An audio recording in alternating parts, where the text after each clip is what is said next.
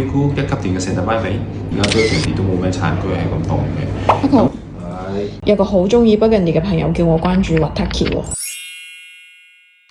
Waitaki Valley, North Otago。咁 Otago 嘅北面少少啦 ，Central Otago 特別嘅地方咧就係佢係喺內陸啦，凍得嚟好乾燥嘅天氣 ，cool climate 嘅偏冷嘅地方。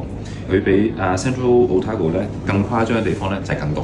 統計學上有個叫 Glowing Degree Days 去衡量溫度啦。Burgundy 大概係1200度 ，Central Otago 大概1000至1100度，咁 Waitaki 嘅數值就係800。以而家 under global warming 嚟講咧，呢一個係一個優點嚟嘅，即係凍啲，你等佢去足夠時間熟。